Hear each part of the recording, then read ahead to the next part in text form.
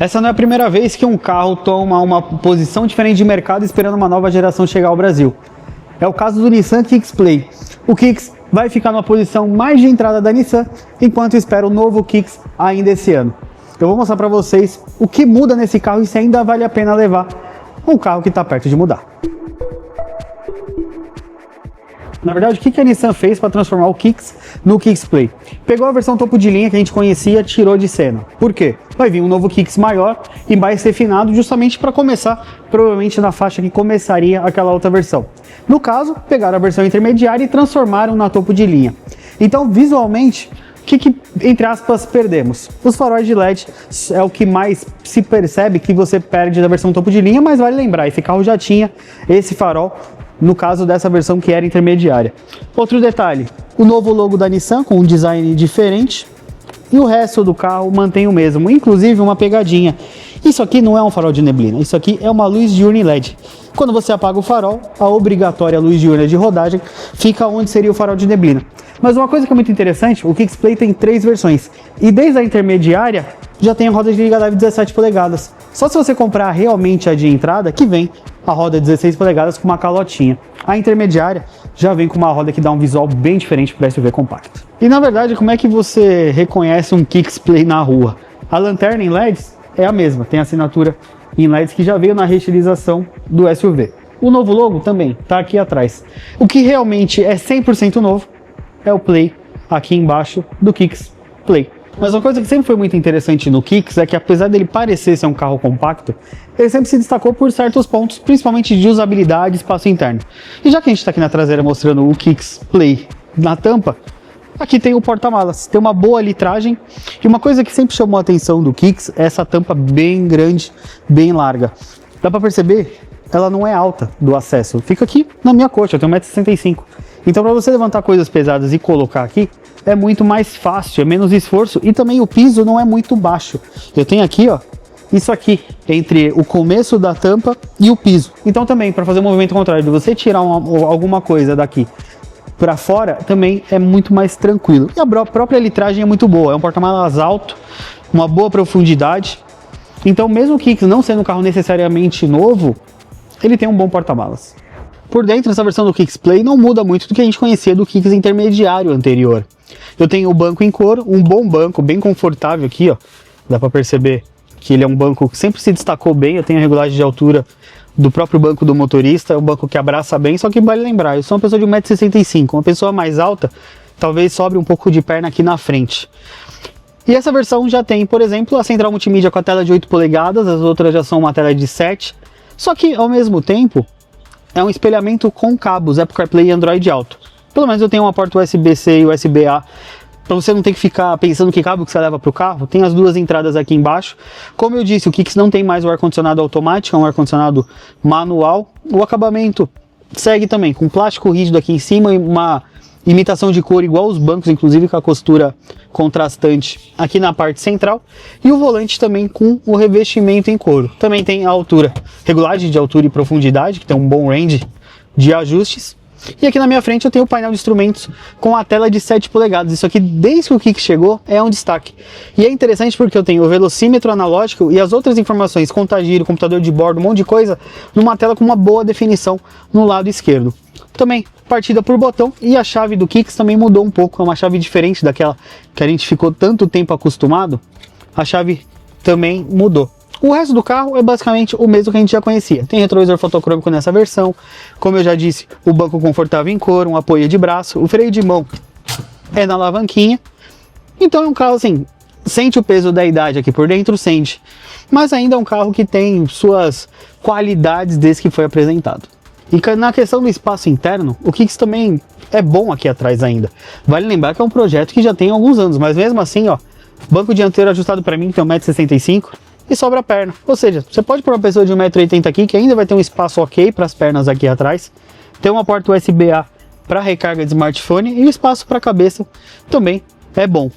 Na largura, 2 adultos vão muito bem. Um terceiro já vai ter que brigar tanto com o espaço para o ombro dos outros ocupantes, quanto com a perna, já que o túnel central é um pouquinho alto e o console central, que tem justamente essa porta USB, ele acaba vindo um pouquinho para trás. Então é um bom carro para 4 adultos. Se você for levar 5, o do meio vai reclamar um bocado, principalmente se a viagem for um pouquinho mais longa. Antes de entrar na parte de impressões e ir dirigir o Kicks Play, vamos para um ponto bem polêmico do SUV? Motor 1.6 aspirado. Todo mundo comenta que o Kicks tem motor 1.6 aspirado, que já passou o tempo disso. Concordo e discordo. Primeiro ponto, esse motor tem muito tempo de mercado. Então, por um lado é bom que manutenção é fácil. Não tem injeção direta, não tem turbo, não tem dificultadores da manutenção em si. Por outro lado, a Nissan está fazendo um jogo gigantesco para poder atender normas de emissões aqui no Brasil. Esse carro, comparado com o que ele foi lançado, ele já perdeu uma quantidade considerável de potência e um pouco de torque com o passar do tempo. Então, no lugar de ganhar força, ele foi perdendo com o tempo. Nas impressões eu vou explicar até um pouquinho melhor, inclusive o casamento com esse câmbio CVT. Mas, de fato, não tem mais como defender um motor de baixa potência e um carro desse tamanho. Inclusive, motores menores já têm essa potência. Vamos ver até quando que a Nissan vai deixar esse motor em linha. Mas eu vou contar isso agora quando a gente for dar uma volta com esse carro. Já deu para perceber que não tem muito o que falar do Kicks se você já conhece o Kicks de outros carnavais, né? Não mudou muito. O Kicks Play continua sendo o Kicks que a gente conheceu em 2016. Pro bom e pro ruim. Como eu já mostrei para vocês, o motor 1.6 tá menos potente. Por quê? Normas de emissões. E a Nissan preferiu não colocar um outro motor, vai manter 1.6 aí pelo menos por um tempo nessa jogada aqui. O que é interessante é o quê? Nessa condição que eu tô, andando sozinho, na cidade, o carro continua muito bom. O Kicks em si não é um carro pesado, então o motor 1.6, ok para ele. Trabalha aqui, rotaçãozinha abaixo, o CVT sempre trabalhou desse jeito com esse motor, tudo mais.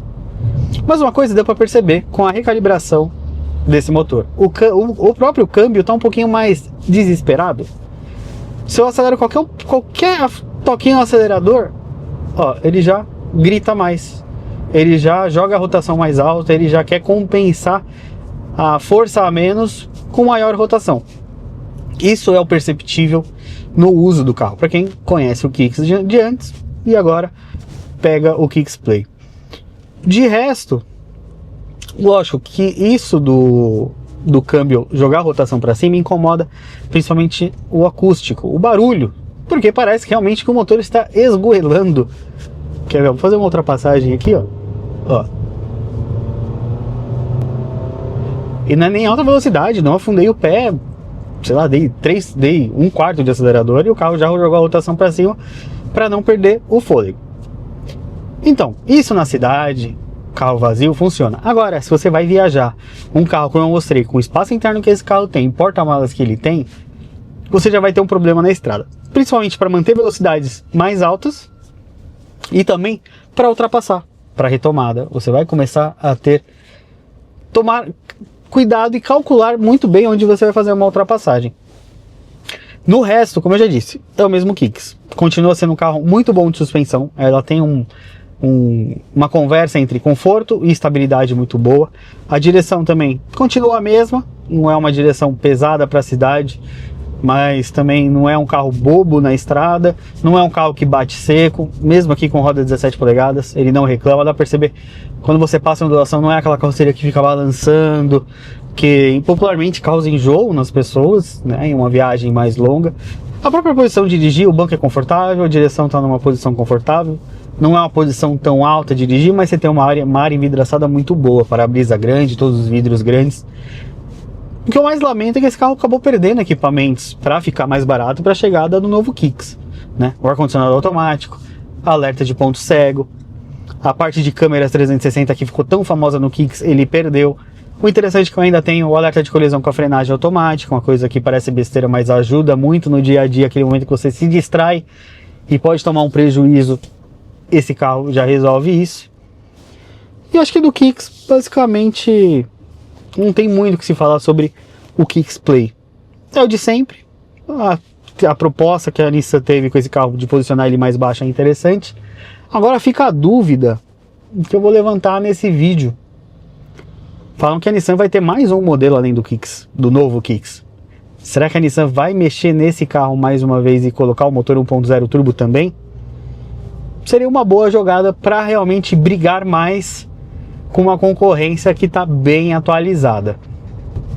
De resto, é literalmente o bom e velho Kicks. Essa versão do Kicks Play custa cerca de 146 mil reais. É bastante dinheiro, mas vale lembrar que é o mesmo preço de algumas versões de entrada dos SUVs compactos, e esse carro tem alguns equipamentos interessantes como alerta de colisão.